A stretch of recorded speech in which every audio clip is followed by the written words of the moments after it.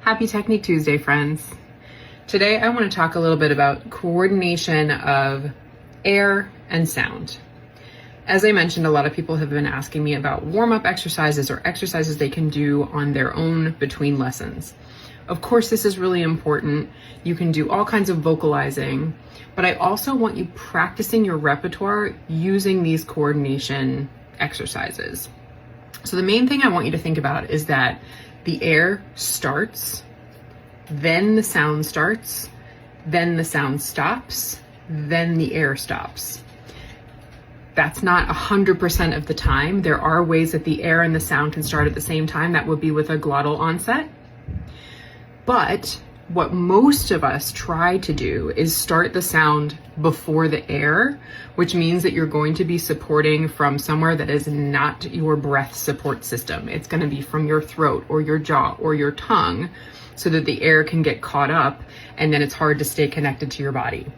So let me show you a visual, but also an exercise that you can do to test this. So I'm going to use a resistance band. You can pull it many different types of ways, but the movement starts with the exhale. So let's say that I'm going to breathe out of my nose and then sing on an NG. So I breathe in, I have no tension here. I breathe out through my nose, the movement starts, and my goal is to get to my opposite hip. So I'm going to start the exhale, start the sound stops, the movement in the air stops. So inhale.